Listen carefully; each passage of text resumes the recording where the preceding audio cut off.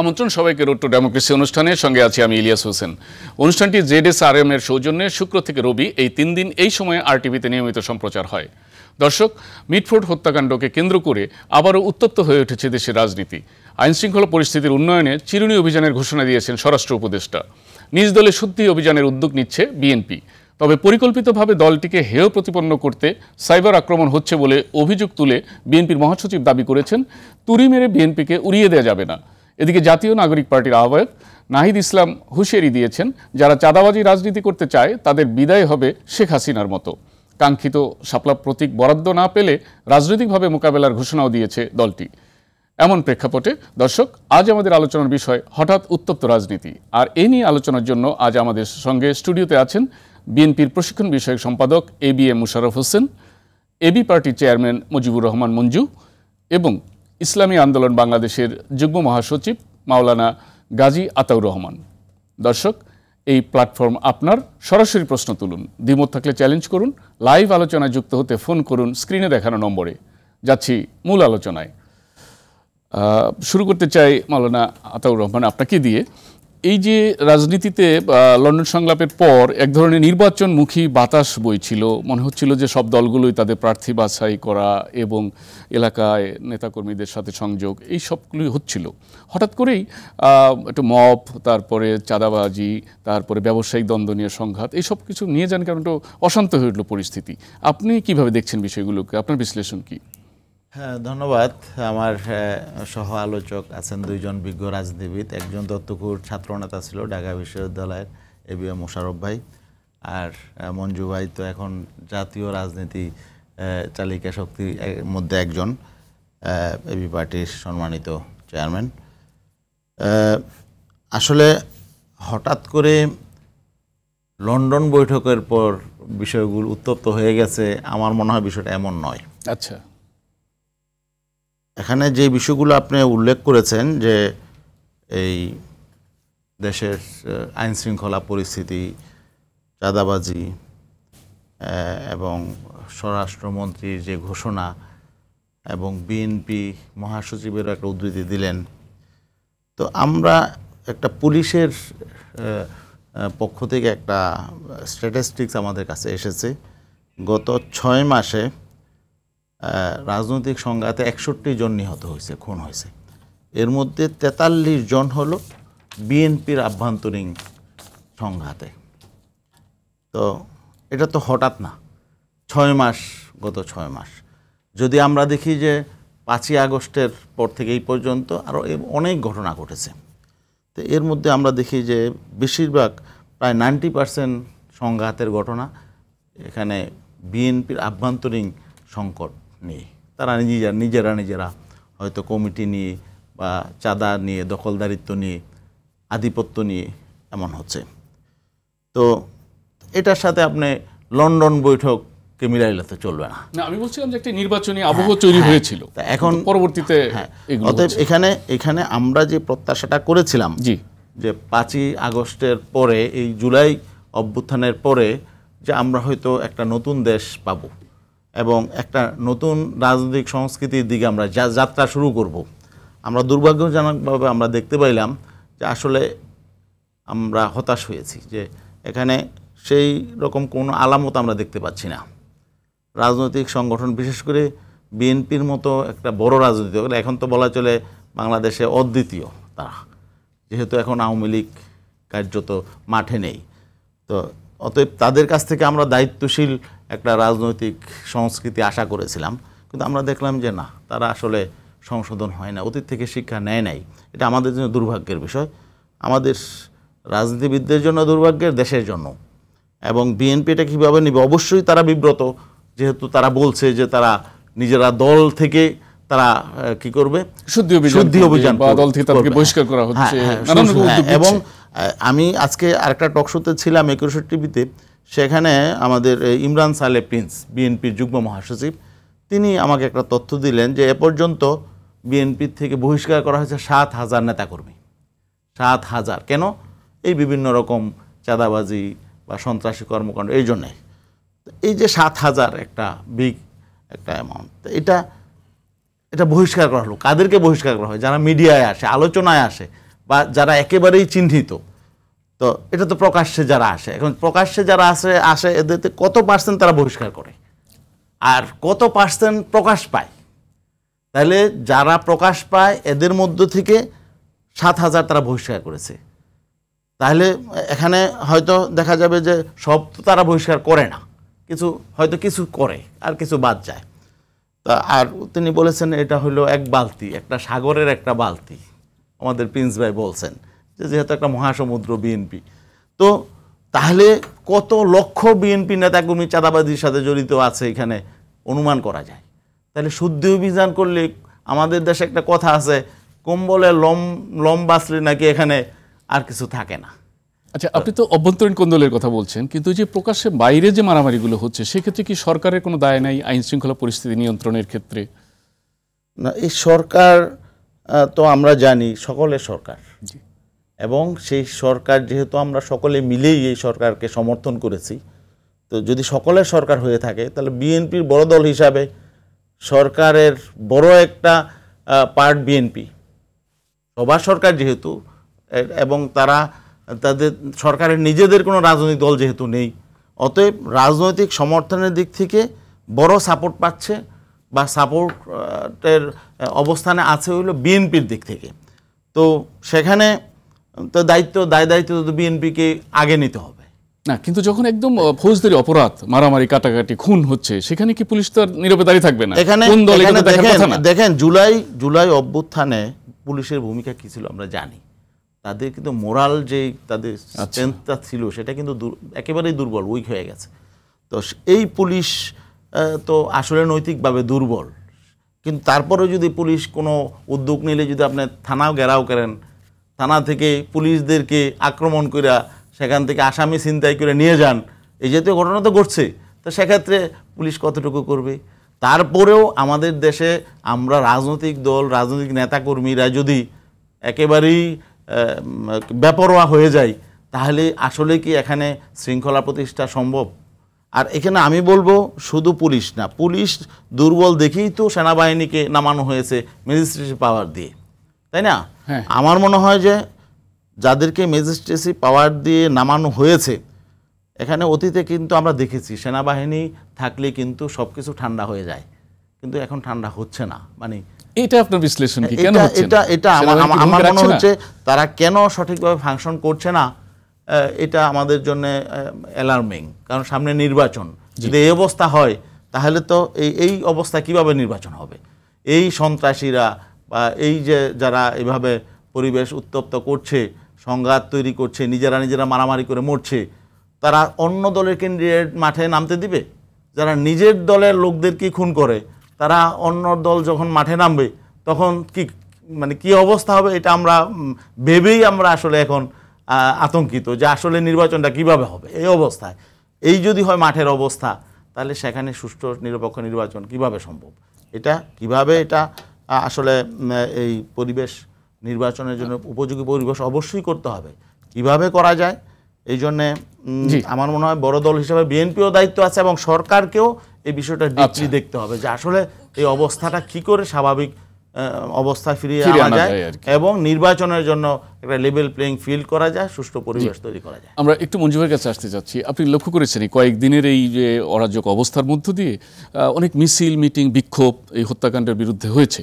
তো সেই বিক্ষোভের মধ্যে আবার নির্দিষ্ট করে বিএনপির ভারপ্রাপ্ত চেয়ারম্যান তারেক রহমানের নামে কুরুচিপূর্ণ বক্তব্য, স্লোগান, মন্তব্য এসব হয়েছে। তো রাজনীতিবিদদের মধ্যে, বিশেষ করে আপনারা যারা গণ অভ্যুত্থানের পক্ষের শক্তি, তো নিজেদের মধ্যে যদি এরকম কাদা ছোড়াছুরি বা এক ধরনের অশ্লীল বক্তব্যও আসছে, স্লোগান আসছে, এক ধরনের সংস্কৃতি আসে, সেক্ষেত্রে কি আপনি ঝুঁকি মনে করছেন আগামী দিনগুলোতে রাজনীতিবিদদের সম্মান নিয়ে? না, ঝুঁকি বা এটা তো অবশ্যই, এটা খুবই নিন্দনীয় বা দেখতে খুবই খারাপ শোনা গেছে বিষয়গুলো, সেটা তো যার কারণেই তো আপনি বিষয়টা নোটিস এনেছেন। তারপর শুরুতে আমি আপনাকে ধন্যবাদ জানাই ইলিয়াস হোসেন, মোশাররফ ভাই আছেন আমাদের, অত্যন্ত গাজী ভাই সুবক্তা, দর্শকবৃন্দকে শুভেচ্ছা জানাচ্ছি। আসলে আমাদের মনটা তো নানা কারণে খারাপ। একটা হচ্ছে যে এই হত্যাকাণ্ডটা আমরা দেখলাম, মানে যে ফুটেজটা আছে এটা আসলে দেখা যায় না, এটা খুব ট্রমা সৃষ্টি করে সবার মধ্যে। ব্যক্তিগতভাবে আমি নিজেও ওই একটু দেখে আর মানে আমি প্রথমে এটা বিশ্বাসই করি নাই। প্রথমে আমি ভেবেছিলাম যে এটা হয়তো পুরনো কোনো ভিডিও হতে পারে। দ্বিতীয়ত মনে করেছিলাম যে ইন্ডিয়া বা বার্মিজদের মধ্যে নানা ধরনের ঘটনা এরকম কিনা। একটু মনে হয়েছিল যে এটা কোনো এআই তৈরি কিনা।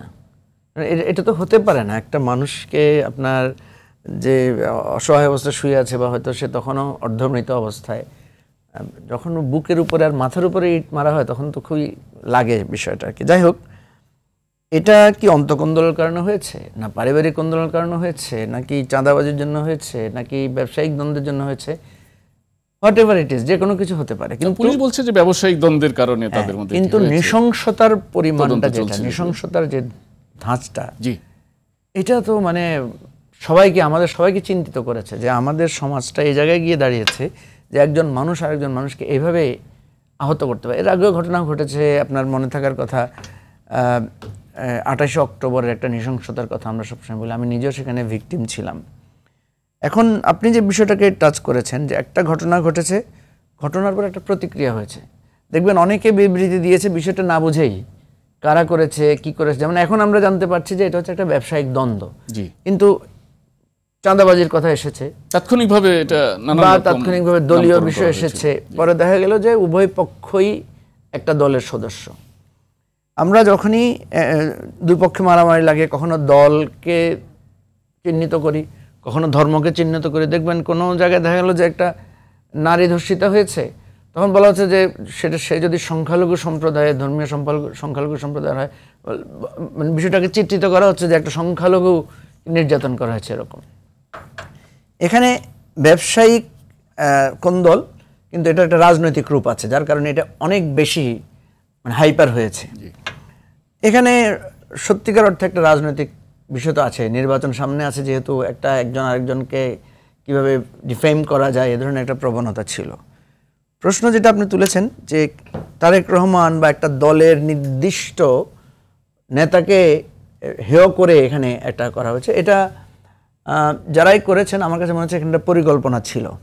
আজকে আমি দেখলাম জামাতের আমির একটা কন্ডেম করেছেন, উনি একটা বিবৃতি দিয়েছেন যে কোনো দলকে বা কোনো ব্যক্তিকে হেয় করে প্রচারণা করা ঠিক না।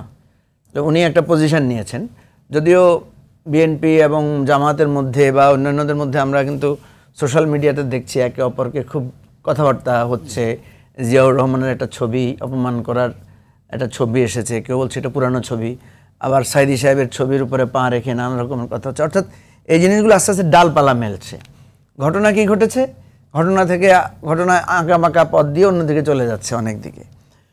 আমাদের একটা জিনিস খেয়াল রাখতে হবে যে আমাদের দেশটা কিন্তু একটা কঠিন অবস্থার মধ্যে দিয়ে আছে। আমরা কিন্তু একটা ট্রমা, যে পুলিশ যে গুলি করে পুড়িয়ে দিচ্ছে, পুলিশ যে কাছ থেকে গুলি করে মারছে, পুলিশ যে একটা ছেলে পানি করছে তাকে মারছে, একটা মানে আবু সাইদ হাত তুলে আছে খালি হাত, তাকে সামনে থেকে গুলি করে দিচ্ছে, এই ট্রমাটা কিন্তু আমাদের মধ্যে এখন আছে।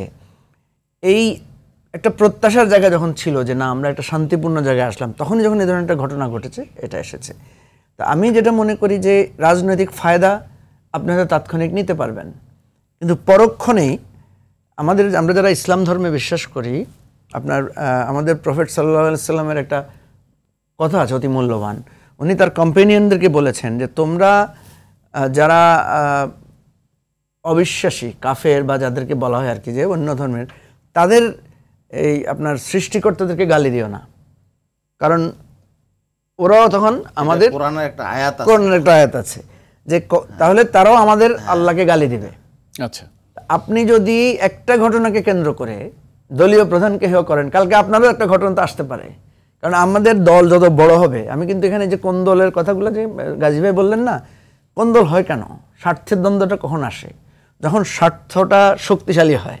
বিএনপির কাছে এখন স্বার্থটা শক্তিশালী, সরকারে যাবার একটা সম্ভাবনা তৈরি হচ্ছে, একটা মানে ব্যাপক নির্যাতনের জায়গা থেকে বিএনপি এখন একটা সুফল বা একটা সুস্থ বা সবল জায়গায় এসেছে বলেই তো এটা হয়েছে। এই জায়গা থেকে আমি মনে করি এটা একটা ব্যাড প্র্যাকটিস হয়েছে, যেটা আমরা প্রত্যাশা করি না। কারণ আপনার কাছে যেমন বিএনপির নেতার মূল্য বিএনপির কাছে অনেক বেশি, ঠিক তেমনিভাবে আমার কর্মীদের কাছে আমার মূল্য তো অনেক বেশি, আরেকজনের নেতার তো তার মূল্য অনেক বেশি। তা আমি যদি আপনাকে হেয় করি, আপনিও তো আমাকে হেয় করবেন, এবং হেয় করার সুযোগ কিন্তু আসবে। আজকে আমারটা হেয় করার সুযোগ আসছে, কালকে গাজীবেরটা করার সুযোগ আসবে, পরশু ওনারটা করার সুযোগ আসবে। ফলে রাজনীতির শিষ্টাচারের ফলে এটা আমি মনে করি যে রাজনৈতিক দলগুলোর, জামাতের আমির এটাকে কন্ডেম করেছেন, আমি ওনাকে ধন্যবাদ জানাই। কারণ মানে অনেকের ধারণা যে মানে এই রাজনৈতিক ফলোয়াররা এই ঘটনাগুলো ঘটাচ্ছে, এই ব্যাপারে খুব স্ট্রং আমাদের থাকা উচিত এবং যে কোনো একটা ঘটনাকে ওই ঘটনা কেন্দ্রিকই দেখা উচিত। কারণ কালকে যখন যে দলই ক্ষমতাবান, আমাদের দেশে দেখবেন মসজিদ কমিটি নিয়ে তো মারামারি হয়েছে, মসজিদ কমিটির গন্ডগোল হয় না, স্কুল কমিটি নিয়ে মারামারি হয় না, সেটা তো কোন দল? তো মসজিদ কমিটি নিয়ে মারামারি হয়েছে বলে কি আমরা কি মসজিদকে গালি দিব? তাই না? আমাদেরকে অবশ্যই দায়ী করব। আমি মনে করি এই ঘটনায় বিএনপির দায় আছে, যুবদলের দায় আছে, এবং আমি আসলে প্রত্যাশা করেছিলাম যে যেই ধরনের ঘটনাটা ঘটেছে, বিভৎস ঘটনা, এটার ট্রমাটা দূর করার জন্য হতে পারতো যে যুবদলের পুরো কমিটিটাকে যদি উনি বাতিল করে দিতেন বা পোস্টপোন করে দিতেন, তাহলে মানুষের ট্রমাটা একটু মানে রিকনসাইলাইজড হইতে পারতো আর কি, এটা আমার কাছে মনে হয়েছে।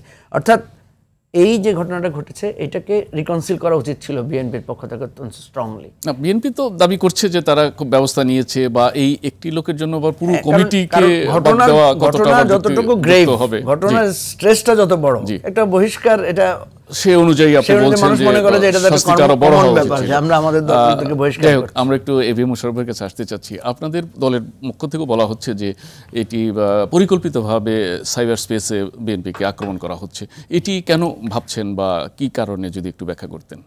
ধন্যবাদ আপনাকে। জি, ধন্যবাদ আমার দুই সহ আলোচক। আসলে আমি মঞ্জু ভাই এবং আতাউর রহমান ভাইয়ের বক্তব্য আমি শুনছিলাম। জি, অপরাধী কখনো রাজনৈতিক দলের কর্মী বা নেতা হতে পারে না, সে অপরাধী। আপনি দেখেন মিটপুরে যখন ঘটনাটি ঘটেছে, আমরা আমার দলের পক্ষ থেকে স্পষ্ট ভাষায় তাদেরকে বহিষ্কার করা হয়েছে এবং একটি নূতন, আপনি দেখবেন একটা রাজনৈতিক দলের নূতন একটা উদ্ভাবন, সাথে সাথে আইন শৃঙ্খলা বাহিনীকে বলা হয়েছে আপনি এর বিরুদ্ধে ব্যবস্থা গ্রহণ করুন। এর আগে আপনি কিন্তু এটা দেখবেন না কখনো। রাজনৈতিক দলগুলো শুধু তাদের এই যে একটা বহিষ্কার করে বা একটা বিবৃতি দিয়ে তাদের দায়টা এড়াতে চায়, কিন্তু সেটা করে নাই। বিএনপি বলেছে, এবং শুধু তাই না, আপনাদের পরশুদিন যুবদল বলেছে, কালকে আমাদের বিএনপি থেকে বলা হয়েছে কেন এখন আসামিদেরকে গ্রেপ্তার করা হচ্ছে না। সুতরাং বিএনপির ভূমিকা কিন্তু কোনো অপরাধী, কোনো খুনি, কোনো সন্ত্রাসীর পক্ষে নয়, বরং আপনি দেখবেন এখানে আতাউর রহমান ভাইকে আমি একটু স্মরণ করিয়ে দিতে চাই যে আওয়ামী লীগ যখন ক্ষমতায় ছিল তোফায়েল আহমেদরা বলতেন যে যদি আজকে আওয়ামী লীগ রাষ্ট্রীয় ক্ষমতা থেকে চলে যায়, এক রাতে 5 লক্ষ লোক মারা যাবে। কারণ তারা বিএনপির উপর এমন অত্যাচার, নির্যাতন, মিথ্যা মামলা, খুন গুম করেছে যে তাদের ধারণাটা ছিল এটা যেটা চরম প্রতিশোধ হবে। কিন্তু আপনি দেখবেন 5 তারিখের পর একটা লোক মারা গেছে, যায়নি। বিএনপি সেই দায়িত্বশীল ভূমিকাটা পালন করেছে, যেটা মঞ্জু ভাই বলেছে। এখন আজকে মিটপুরের ঘটনাকে আপনি খুব হাইলাইট করে বিএনপিকে একটা সাইবার আক্রমণ আপনি করে যাচ্ছেন যে বিএনপি এর জন্য দায়ী। আমি যদি একটু বিনয়ের সাথে আতাউর রহমান ভাইকে জিজ্ঞেস করতে চাই, চাঁদপুরের ঘটনা কি বিএনপি ঘটিয়েছে? যে মসজিদে ঢুকে একজন ইমামকে প্রকাশ্যে কুপিয়েছে। আপনি মিরপুরে দেখেছেন চাঁদার জন্য যে গুলি করেছে, এটা কি বিএনপি করেছে? করে নাই। আপনি খুলনা দেখবেন একজন যুবদলে বহিষ্কার নেতাকে গুলি করে পায়ের রক কেটে হত্যা করেছে। কই এই ব্যাপারে তো সোশ্যাল মিডিয়া অথবা যারা এই ঘটনা করেছে তাদেরকে কিন্তু খুব একটা দায়ী করা হচ্ছে না, অথচ তীরটা বিএনপির দিকে ছুটছে। তাদের ফুটেজ ভাইরাল হয়নি বলে বোধহয় আলোচনা বা প্রতিক্রিয়া কম। এটা একটা আমাদের মহাসচিব যে কথাটা বলছে যে পরিকল্পিতভাবে বিএনপির বিরুদ্ধে এমন একটা ন্যারেটিভ দাঁড় করাতে চাচ্ছে যে বিএনপি মানে এগুলির পৃষ্ঠপোষক। কিন্তু আপনি দেখবেন আমাদের ভারপ্রাপ্ত চেয়ারম্যান থেকে শুরু করে আমাদের নেতৃবৃন্দ যে আমরা বলেছি এই সকল কর্মকাণ্ডের বিষয়ে আমরা কিন্তু জিরো টলারেন্স নীতি গ্রহণ করেছি। আমি জানি না আতাউর রহমান ভাই তো বিএনপিকে এখানে প্রশংসা করা উচিত ছিল যে বিএনপি ইতিমধ্যে যারা এই দীর্ঘ 15.5 বছর, বিশেষ করে হাসিনার আমল যদি আমরা ধরি, এমন কোনো কর্মী নাই জেল খাটে নেই, এমন কোনো কর্মী নেই তার বিরুদ্ধে মিথ্যা মামলা নাই, এমন কোনো নেতা নাই কর্মী নাই যারা হাসিনা আমলে 2-4-5 বছর বাড়িতে থাকতে পারে নাই। সেই নেতাকর্মীরা যে ধৈর্য সহনশীলতা পরিচয় দিয়েছে, আমি তো ভেবেছিলাম যে আতাউর রহমান ভাই আমাদেরকে অভিনন্দন জানাবে যে বিএনপি একটা দায়িত্বশীল রাজনীতির ভূমিকা পালন করেছে, কিন্তু না, আমরা সেটা কিন্তু পাচ্ছি না। প্রতিনিয়ত আপনি দেখেন আমাদের ভারপ্রাপ্ত চেয়ারম্যান তারেক রহমানের বক্তব্যগুলি যদি আপনি একটু বিশ্লেষণ করে দেখবেন যে আপনি মানুষের পাশে যান, মানুষের পাশে থাকুন, তাদের আস্থা অর্জন করুন। প্রতিনিয়ত উনি একটি যাতে একটা সম্প্রীতির বাংলাদেশ তৈরি করা যায় সেই জন্য বক্তব্য উনি বলেছে যে ইউনূস গভর্নমেন্ট, আপনি দেখেন বিএনপি যে দায়িত্ব, এখানে নিশ্চয়ই মঞ্জু ভাই আছেন বা আতাউর রহমান ভাই আছেন, আপনি দেখবেন যে 3 দিন দেশে কিন্তু কোনো গভর্নমেন্ট ছিল না। জি, তখন এই যে সংখ্যালঘুদের পাহারা, মানুষের বাড়িঘর পাহারা, লুটপাট, কারা সবচেয়ে বেশি সক্রিয় ভূমিকা পালন করেছে? হ্যাঁ, অন্যান্য দল, রাজনৈতিক দলও আমাদের সাথে ছিল, আমরা তাদের অবদানকে ছোট করতে চাই না, কিন্তু বিএনপির নেতা কর্মীরা কিন্তু দিন রাত পাহারা দিয়ে সেই সময় পরিস্থিতিকে নিয়ন্ত্রণ করেছে। আতর ভাই কিন্তু একটা পরিসংখ্যানও দিয়েছেন যে গত 11 মাসে যে খুন হয়েছে তার মধ্যে বিএনপি লোকই বেশি। না, এখন আমি দেখি, আপনি এই যশোর অঞ্চলে দেখেছেন বিএনপি যুবদল স্বেচ্ছাসেবকদের প্রকাশ্যে এসে গুলি করে চলে যাচ্ছে, এই ঘটনা তো আছে। আতর ভাই যদি সেই পরিসংখ্যানটাও বলতেন তাহলে হতো। আর আরেকটা জিনিস দেখেন, আজকে বিএনপির বিরুদ্ধে আরেকটা পরিফলিত প্রপাগান্ডা কেন? 5 বছর অনেকে তার ব্যবসা হারিয়েছে, অনেকে বাড়ি যেতে পারে নাই, অনেকে এলাকার চোখে দেখে নাই। তারা যখন তার সেই হারানো জিনিস যখন সে ফিরে পেতে যায়, তখনই একটা কালার দেওয়া হচ্ছে যে উনি সন্ত্রাস করছে, এই দখল করছে, চাঁদাবাজি করছে। তো এই 5 বছর আপনারা দেখেছেন আওয়ামী লীগের এই যে 15 বছর আওয়ামী লীগের আমলে যে কত লোক, মঞ্জু ভাইরা তো সাপারার, এমনকি এই যে আমাদের আতর রহমান ভাইরাও সাপারার, যে ইলেকশন করতে গেছে বরিশালে, মেয়েরা নাক ফাটিয়ে দিয়েছে তাদের প্রার্থীকে। এই প্রার্থী যদি এখন আজকে কারো প্রতি সংক্ষুব্ধ হয়, এটা কি খুব আপনি দোষের কিছু বলবেন? এটাকে অপরাধ বলবেন? না, সংক্ষুব্ধ সে হতে পারে, কিন্তু আইন শৃঙ্খলা পরিস্থিতি তো নিয়ন্ত্রণে রাখতে হবে। আমি একটা নিজে বলি, আমার নিজের বাড়ি, আপনি জানেন আমার নিজের বাড়ি কুয়াকাটা। আমি আওয়ামী লীগের 16 বছরে 5 বার কুয়াকাটা গিয়েছি, আমার নামে 4টা মামলা দিয়েছে। আমার বাড়ি আমি যেতে পারিনি। এই অবস্থা তো সারা বাংলাদেশ একটা নরকের বাংলাদেশ তৈরি করেছে আওয়ামী লীগ। সেই নেতাকর্মীরা যে অনেকটা এত সহনশীল, এটা তো আমি মনে করি তাদেরকে তো অভিনন্দন জানানো উচিত। হ্যাঁ, তারপরেও কোনো অন্যায়, কোনো সন্ত্রাস, কোনো চাঁদাবাজি এটা সমর্থন আমরা কখনো করি না। বরং এই যে কথাটি বলেছে আজকে 7000 লোকে বহিষ্কার করে, এমন নেতাকর্মীরাও আছে এই বহিষ্কারের মধ্যে। আপনি আমাদের মন্ত্রী ছিল, শুধু একটা কথা বলেছে, কোনো এক মন্ত্রী আমাদের ছিল কেন্দ্রীয় নেতা, বলেছে মিডিয়া যদি বিএনপির বিরুদ্ধে এই ধরনের মিথ্যা প্রপাগান্ডা করে আমরা পুড়িয়ে দেবো। আপনার নিশ্চয়ই খেয়াল কথা ইলিয়াস ভাই, তাৎক্ষণিক সেই মন্ত্রীর পদ মানে খেয়ে দেওয়া হয়েছে না, বা একমাত্র তার পদ থেকে অব্যাহতি দিয়ে দেওয়া হয়েছে। তো এইরকম অসংখ্য ঘটনা আছে যাদের অবদানের কারণে এই আন্দোলন বলেন, এই আওয়ামী লীগ সরকারের বিরুদ্ধে একটা ব্যাপক প্রতিরোধ গড়ে তোলা হয়েছে, তাদেরকেও বিএনপি কোনোভাবে কিন্তু ক্ষমা করে নেই। হ্যাঁ, তবে আমাদের সবার কিন্তু দায়িত্ব আছে। কিন্তু আজকে যেভাবে আপনি দেখেন ঘটনা ঘটছে মিটফোর্টে, আমাদের ভারপ্রাপ্ত চেয়ারম্যান তারেক রহমান, যার অত্যন্ত ইতিবাচক ভূমিকা এই 5ই আগস্টের পর, যেটা বাংলাদেশের মানুষের কাছে, তার যারা শত্রু তারাও তাকে প্রশংসা করছে যে একটা তারেক রহমানের মধ্যে একটা বিরাট উপলব্ধি এসেছে, উনি বাংলাদেশকে একটা মানবিক, সাম্যের, গণতান্ত্রিক বাংলাদেশ দেখতে। তার বিরুদ্ধে এখন যদি আপনার শীর্ষ নেতাকে যদি কেউ কটাক্ষ করে, সাধারণ নেতাকর্মীদের মধ্যে তো একটা বিক্ষুব্ধতা তৈরি হতে পারে। এইটাও তো চিন্তা করা উচিত আমার। কিন্তু বিএনপি কিন্তু বা ছাত্রদল, যুবদল, তাও এখনো কিন্তু এই ব্যাপারে একটা রিয়াকশন কারোর মধ্যে এখনো নাই। আমরা এখনো সহনশীল ভূমিকা পালন করছি। সুতরাং আমরা চাই এই পরিস্থিতি থেকে উত্তরণ করে আপনি আগামী দিনে একটা গণতান্ত্রিক বাংলাদেশ আমরা তৈরি করতে চাই।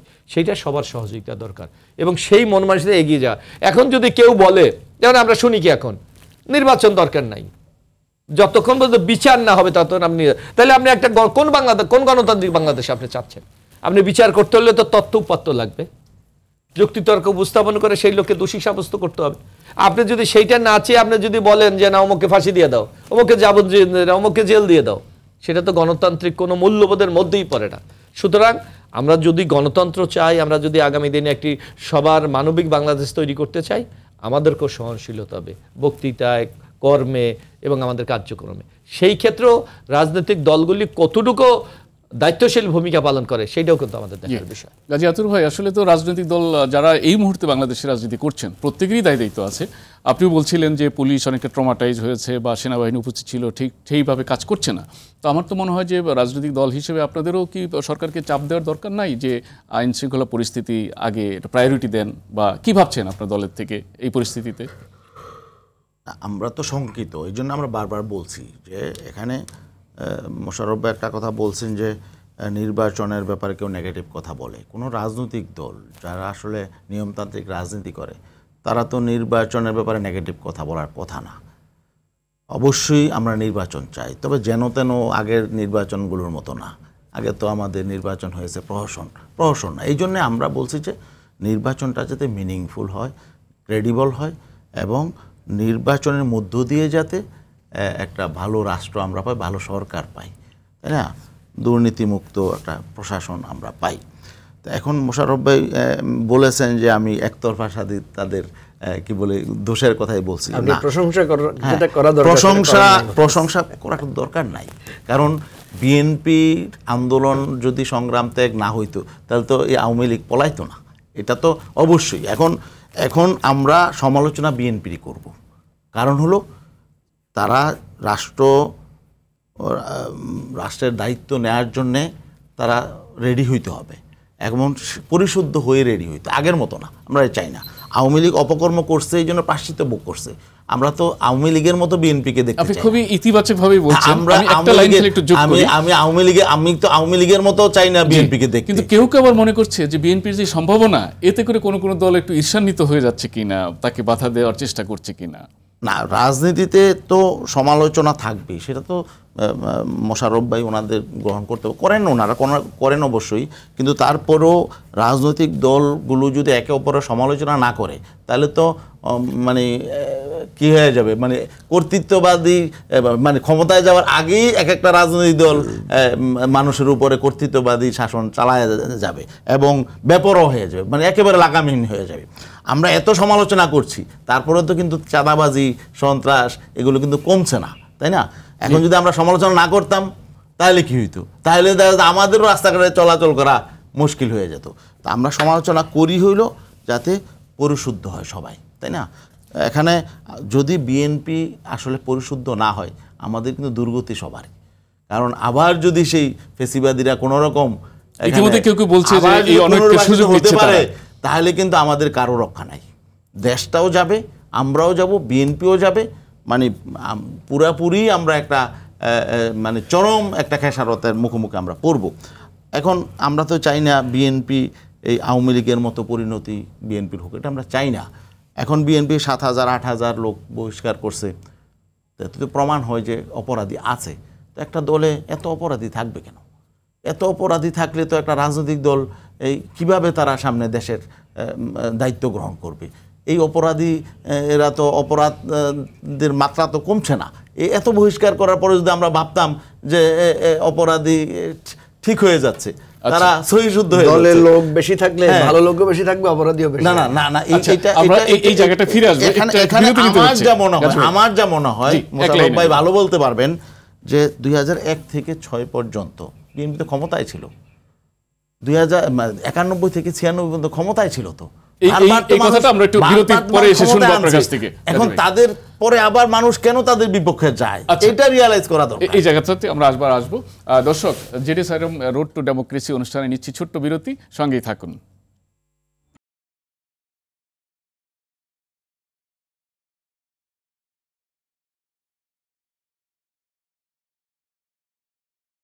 দুলা ভাই, ইঞ্জিন ঠিক না থাকলে গাড়ির যেমন কোনো ভরসা নাই, ভালো রড না হইলে বাড়ির কোনো ভরসা নাই, দুইটাই বিপজ্জনক। তো কোন রড কিনবো? কেন, জেডি সারএম 25 বছরের পথ চলায় নিরাপদে রাখার প্রত্যয়ে।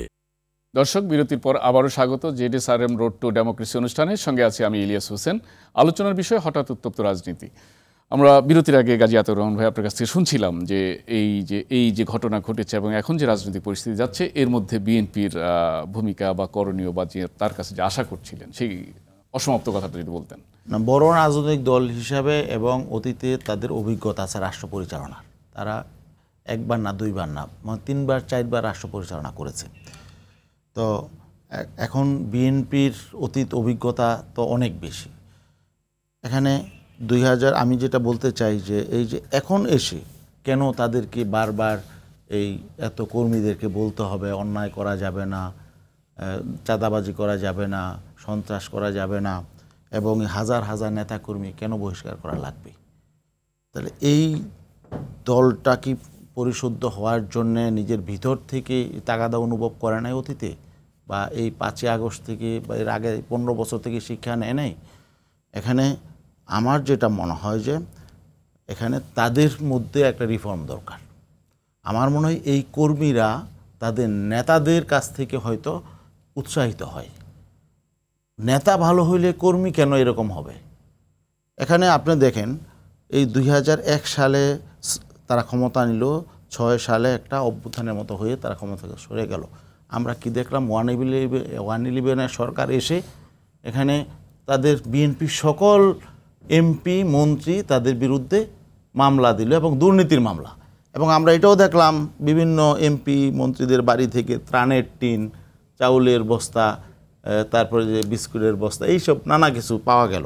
এবং আমরা মনে করতে চাই যে এর অধিকাংশই হয়তো বানানো, কিন্তু কিছু তো সত্য আছে, বাস্তবতা আছে। কিন্তু বিএনপি কি এই বিষয়গুলো নিয়ে তাদের আভ্যন্তরীণ তদন্ত করছে যে এই যে এমপি মন্ত্রী এদের বিরুদ্ধে এত যে দুর্নীতির অভিযোগ, অনেকে কনভিক্টেড হয়েছে, তা আসলেই কি তাদের মধ্যে এই দুর্নীতি আছে?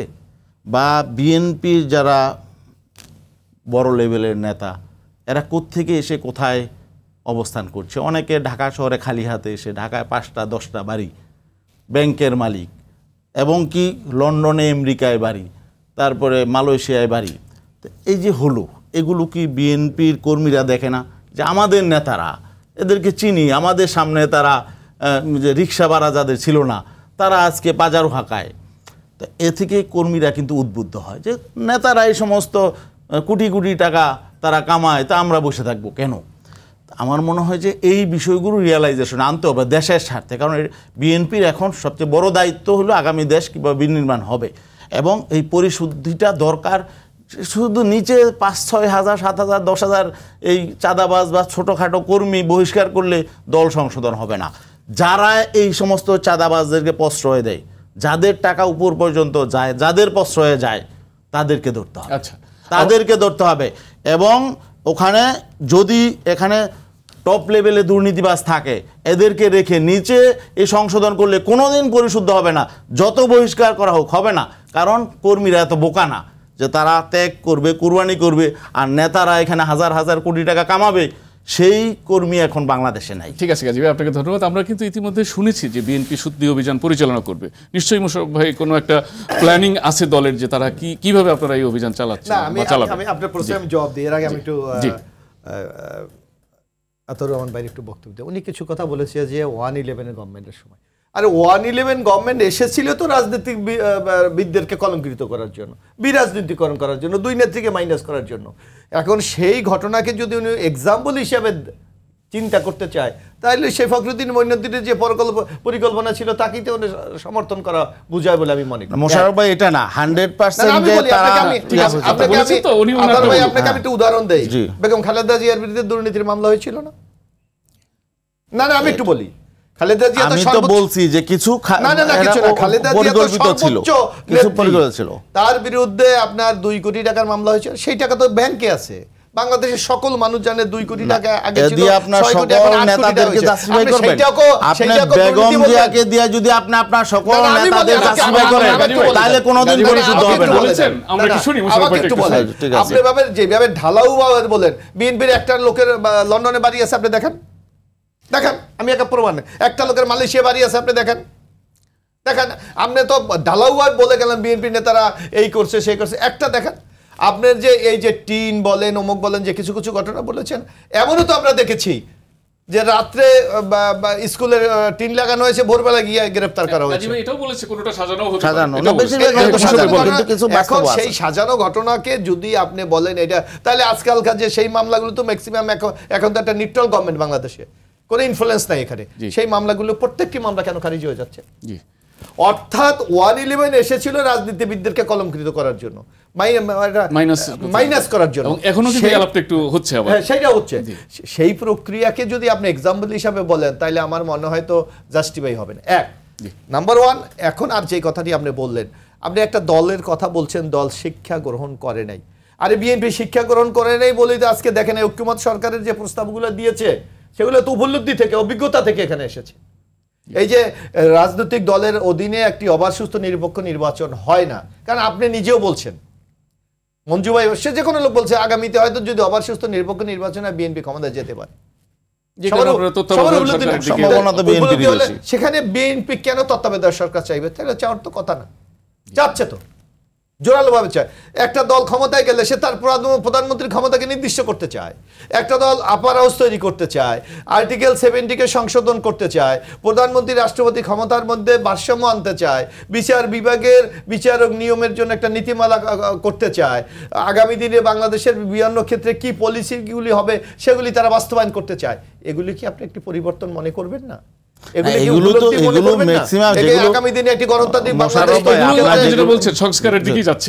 আপনি সেগুলি বলবেন না, অথচ আপনি যে কথাটি বলছেন। বরং আমি মনে করি বাংলাদেশের সবচেয়ে বড় সংকট হলো হাসিনার 15 বছরের দুঃশাসন। এইটা মানুষের মনোজগতে একটা বিরাট পরিবর্তন এনে দিয়েছে। আপনি আপনার বাড়ির পাশে যে লোকটি আপনি দেখছেন যে ভাত খেতে পাচ্ছে না, তার বাসায় পাতিল চলে না, তার বাড়ি ওখানে 5তলা বিল্ডিং, এখন অন্য যে ইয়ং বয়সের একটি ছেলে তার মধ্যে কি এটা সংক্রমিত হবে না?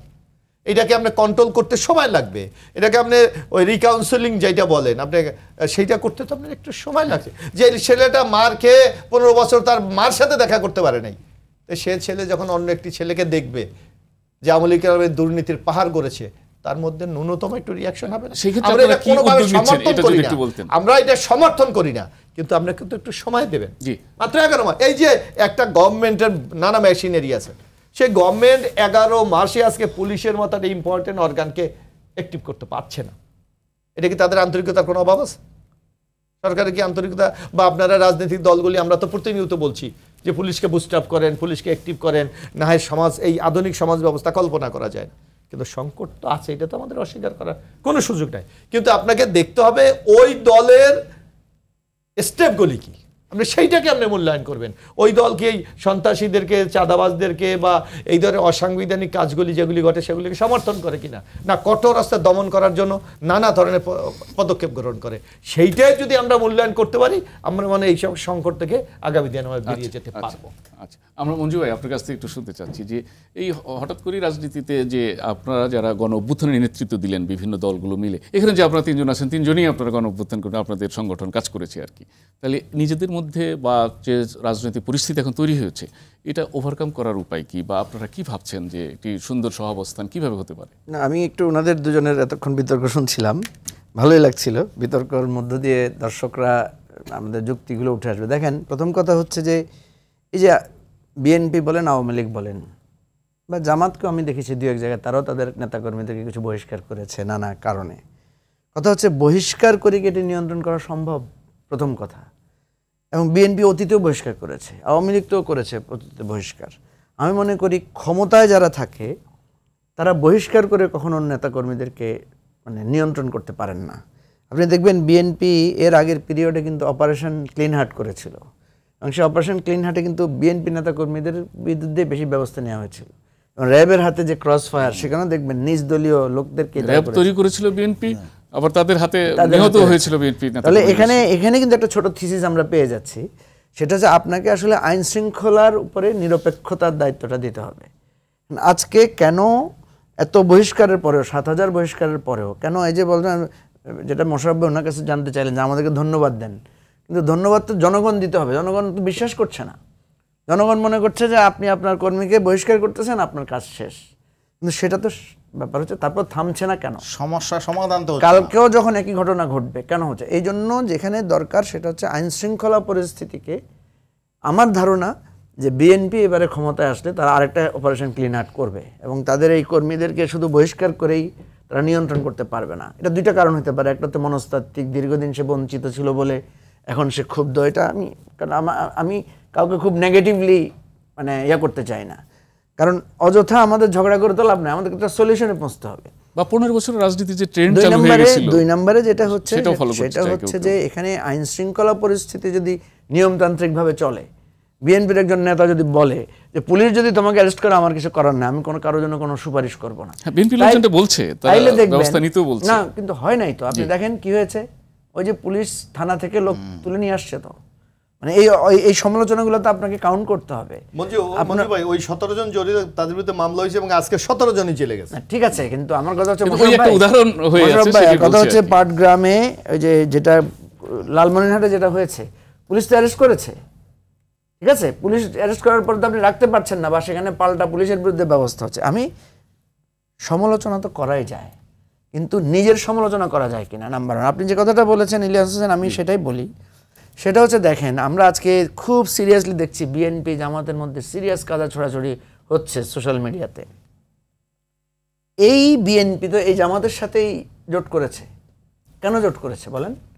কারণ এটা তারা বুঝেছে যে তাদেরকে যদি জামাতের ভোট ছাড়া তারা ক্ষমতায় যেতে পারবে না, তাহলে এখানে একটা স্বার্থ কাজ করেছে, যার কারণে জামাতের অনেক ত্রুটি বিচ্যুতি, তাদের কিন্তু আদর্শিক কিন্তু কোনো মিল নেই, দুইটা দুই ধারার দল।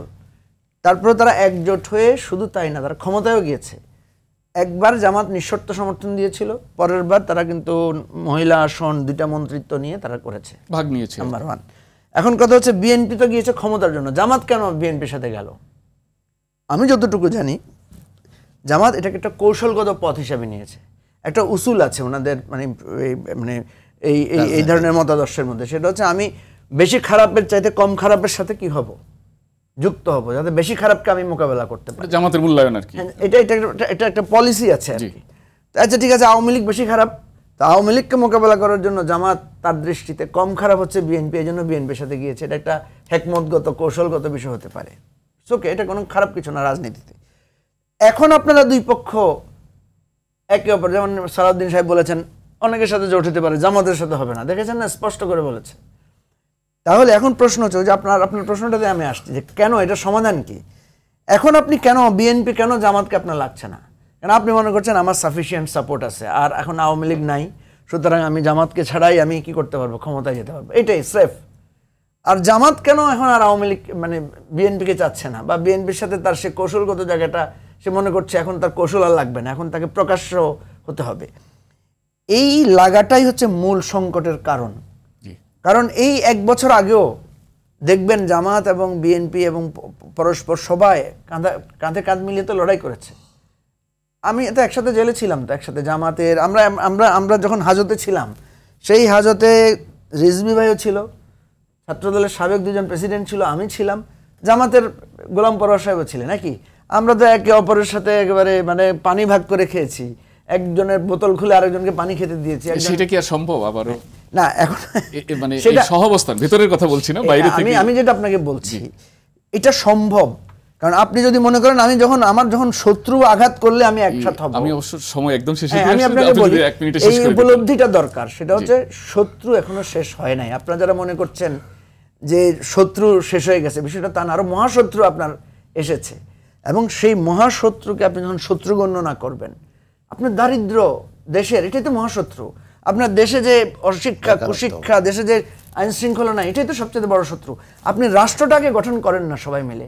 আমরা সেই জন্যই তো সংস্কার কমিশনে এই আলোচনাগুলো তুলছি, যে আমরা যে যার জায়গায় থাকবো, দেশ সবার বড়, দেশের জন্য এই যেটা মোশাররফ ভাই বললেন, যে আমি ধন্যবাদ জানাই যে বিএনপি এখন উপলব্ধি করেছে যে রাষ্ট্রপতি প্রধানমন্ত্রীর ক্ষমতার ভারসাম্য লাগবে। দেখেন ওনারা কিন্তু সংবিধান সংস্কার করছেন, কিন্তু দলের সংস্কার করছেন না। কিন্তু আমরা কিন্তু বলছি যে দলের মধ্যে ওই সংস্কারটাকে আনতে হবে। দলের প্রধান যদি পরপর 2 বার বা পরপর 3 বারের বেশি থাকতে না পারেন, তাহলে কিন্তু নেতৃত্ব সব জায়গায় আবার লাইনে চলে আসবে। এগুলো এক একটা সংস্কার। আমরা একটু গাজী ভাই, একদম সময় কম, 1 মিনিট আমি আপনার কাছে একটা নির্দিষ্ট প্রশ্ন আমার, যে সরকার যেটি ঘোষণা দিয়েছে যে চিরুনি অভিযান চালাবে আর কি, আপনি এটার ব্যাপারে কতটা আশাবাদী যে তাহলে আইন শৃঙ্খলা পরিস্থিতি নিয়ন্ত্রণে চলে আসবে বলে কি মনে করছেন, নাকি এটা নিয়ে আবার কোনো রিপারকেশন হতে পারে? না, অভিযানের নাম যাই হোক, তাদের আমরা দেখতে চাই যে তাদের ফাংশনটা কেমন হয়। আমরা তো 9 মাস, এই যে প্রায় 10 মাস সময় চলে গেল, সময়টা কিন্তু কম না। সরকারের কিন্তু কোনো বাধা ছিল না, কার্যত কোনো বাধা ছিল না। এই 9 মাসে কিন্তু তারা আইন শৃঙ্খলার কোনো উন্নতি তেমন করতে পারে নাই। পুলিশে এখানে নিয়োগ নতুন দরকার ছিল, অনেক পুলিশ এখানে দেখা গেছে পালিয়ে চলে গেছে স্থান থেকে, সেখানে সেটাও কিন্তু তাদের সুযোগ ছিল, হয় না, করে নাই তারা। এখন সরকারের আসলে আন্তরিকতা কতটুকু এটা আমাদের দেখতে হবে। আসলে রাষ্ট্র পরিচালনার মতো যোগ্য লোকেরও এখানে অভাব আছে আমরা মনে করি, এই জন্য হয়তো কিছু সংকট তৈরি হয়েছে। তা এখন যদি চিরুনি অভিযান কার্যত আসলেই তারা সত্যিকার অর্থে চায়, আর সেখানে যদি সেনাবাহিনীকে সাথে নিয়ে করে, তাহলে হয়তো কিছু ফলপ্রসূ কিছু হতে পারে। এটা এখন প্রয়োজন। আর সামনে যেহেতু নির্বাচন হবে, টুডে টুমোরো, আজ হোক কাল হোক, নির্বাচন তো হতে হবে। নির্বাচনের জন্য তো আমাদের এই পরিবেশটা তৈরি করতে হবে। এই পরিবেশ, এই বর্তমানে নির্বাচনের কোনো পরিবেশ নাই কার্যত। এখন এই জন্যে নির্বাচনের পরিবেশ তৈরি করার জন্যে এই একটা লেভেল প্লেইং ফিল্ড তৈরি করার জন্য এই সন্ত্রাসী, চাঁদাবাজ, মাস্তান এগুলো পরিস্থিতি নিয়ন্ত্রণ আনতেই হবে। উপায় নাই, না আনলে দেখা যাবে যে আমরা এই পরিস্থিতি কেন নির্বাচনে যাব। একটু যদি আপনি বলতেন যে আপনার নেতাকর্মীদেরকে, যে আপনি তো একদম প্রশিক্ষণ বিষয়ক সম্পাদক, কি পরিকল্পনা নিয়েছেন বা কোনো প্রশিক্ষণের আওতায় নিয়ে আসবেন কিনা নেতাকর্মীদের, যে একটি সুন্দর বাংলাদেশ গড়ার ক্ষেত্রে আপনার দল ভূমিকা রাখতে পারে? আমরা তো আমাদের দলের পক্ষ থেকে আমরা প্রতিনিয়ত দলের যে নির্দেশনা, দলের যেই সাংগঠনিক কাঠামো, তার মধ্যে দিয়ে আমরা কিন্তু সবসময় সবাইকে বুস্ট আপ করার ট্রাই করি, কিন্তু তারপরেও কিন্তু বিচ্ছিন্ন 2-4টি অনেকগুলো কর্মশালা করেছেন অলরেডি। 64টি জেলার মধ্যে আমরা 32টি জেলা ইতিমধ্যে সম্পন্ন করেছি। আমরা আশা করি এর মধ্যে আমাদের অন্যান্য জাতীয় প্রোগ্রামের কারণে আমরা পাচ্ছি না, কিন্তু আমাদের মূল লক্ষ্যটা হলো যে কথাটি গাজী ভাই বলেছে। আপনি দেখেন, একটা কথা আমরা প্রায় বলি, আমি জনগণকে যদি আপনি এই মেসেজটা দিতে পারেন যে আগামী দিনে নির্বাচনটা অবাধ, সুস্থ, নিরপেক্ষ করার জন্য রাজনৈতিক শক্তিটা ঐক্যবদ্ধ, তাহলে আমি মনে করি কোনো শক্তি এই নির্বাচনকে বানচাল অথবা এই গ্রহণযোগ্যতা করার ক্ষেত্রে কোনো প্রতিবন্ধকতা তৈরি করতে পারবে না। আপনাদের অনেক ধন্যবাদ প্রাণবন্ত আলোচনায় অংশ নেওয়ার জন্য। দর্শক, জেডিএসআরএম প্রেজেন্টস রোড টু ডেমোক্রেসি আজ এখানেই শেষ করছি। অনুষ্ঠানটি পুনঃপ্রচার হবে সকাল 7টা 30 মিনিটে। দেখার আমন্ত্রণ রইল। সঙ্গে থাকার জন্য ধন্যবাদ সবাইকে।